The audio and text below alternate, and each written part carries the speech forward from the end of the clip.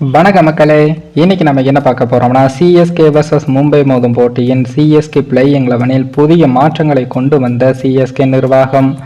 3 மாற்றங்களுடன் களமிறங்கும் சிஎஸ்கே. அதாவது ஐபிஎல் தொடர் என்றாலே சிஎஸ்கே மற்றும் மும்பை அணிகள் தான் அனைவருக்கும் ஞாபகம் வரும். இதுவரை 16 தொடர்கள் நிறைவடைந்து உள்ளது.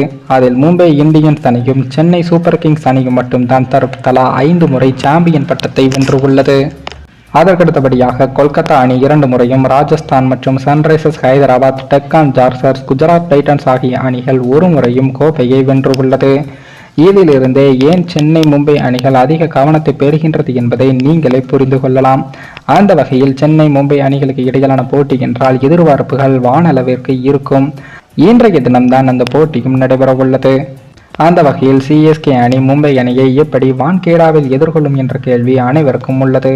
டெல்லி ஆர்சிபி போல சிஎஸ்கே அணிக்கு மோசமான பந்துவீச்சு லைனப் இல்லாவிட்டாலும் மும்பை அணி வான்கேடாவில் தொடர்ந்து ஆதிக்கம் செலுத்தி வந்திருப்பதால் சிஎஸ்கேவுக்கு இந்த போட்டி கடினமான ஒன்றாகவே இருக்கும்.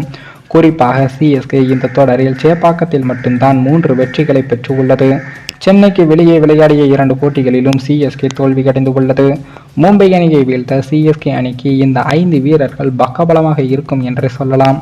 அதன்படி பிளேயிங் 11 உள்ள ருத்ராஜ் கைவாட், ரஹானே, சிவம் துபே, சர்துல் தாகூர், தூசர் தேஷ்பாண்டே என 5 பேரும் மும்பை மகாராஷ்டிரா கிரிக்கெட் வீரர்கள் ஆவார்கள்.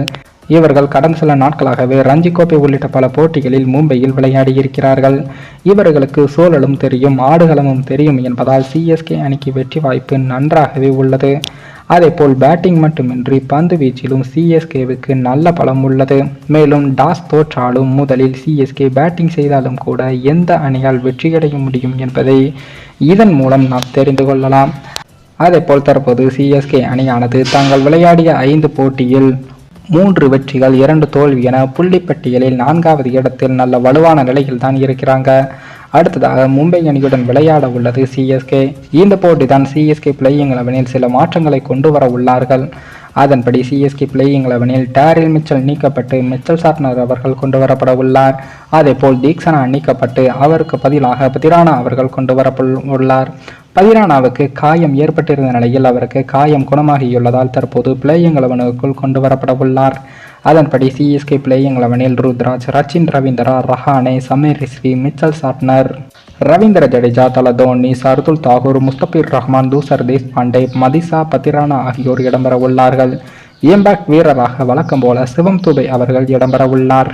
மேலும் இந்த வீடியோ ஏதோ ஒரு விதத்தில் உங்களுக்கு பிடித்திருக்கும் என்று நினைக்கிறேன். நம்ம சேனலுக்கு புதிதாக வீடியோ பார்க்கிறீர்கள் என்றால் மறக்காமல் சப்ஸ்கிரைபர் செய்துவிட்டு பாருங்கள். இன்னொரு வீடியோவில் சந்திக்கும் வரை நான் உங்கள் தமிழ்.